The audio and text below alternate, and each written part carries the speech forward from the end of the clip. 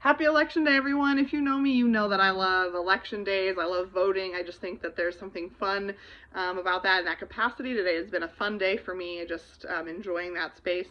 And if you have not yet gotten out and vote, go and do that. Polls are open here in Indiana till 6, or here at least in this county, in Marion County, till 6.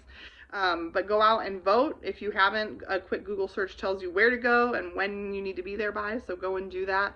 If you are a Christian, this is an awesome opportunity to live out what we see in Scripture, where many of our heroes of faith engaged in the public space. They not only engaged in gospel sharing and spreading the good news, but they also engaged with the civic discourse. They stepped into that arena and they spoke from a biblical worldview, and they used their wisdom and discerning to step into that space and to speak to power. And that is one of the ways that we do that here as citizens in America, is by voting. It is by casting our vote. We're told in Jeremiah to seek the welfare of our city, and one way that we get to do that is by looking at the candidates' policies, understanding the far-reaching effects of those policies, and casting our vote with which person that we think their policies are most in alignment with what we think improves the welfare of our city.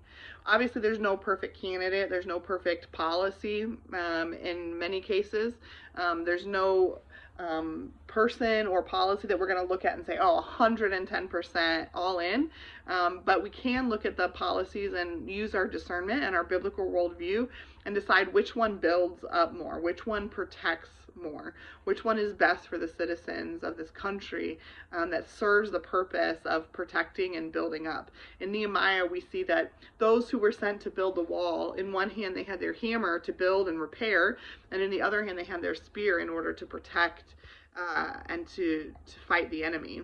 And that, I think, is a perfect example of what we as believers who are citizens here in this country should be doing, how we should be engaging with culture, right? We should be building, we should be preparing, and we should be creating different foundations and building those things up, but we should also be prepared to fight back. We have many things these days that are being called political, but are spiritual at their core.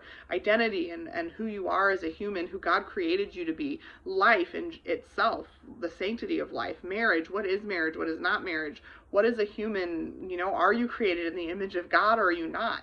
These are things that have become political and are being decided with policy, but they are spiritual questions at their core. And so we as Christians should be stepping into that space with full knowledge and full understanding. We should not be, there should not be a Christian who is an uneducated voter. We should be stepping into the space with confidence, with wisdom, and allowing God to use us and our ability and freedom, the freedom we have to vote, to bring about his will in this nation, whatever it might be. He sets up all leaders. I truly do believe that. He sets up leaders and he tears them down. And some leaders are put in place for blessing, and some leaders are put in place to bring judgment.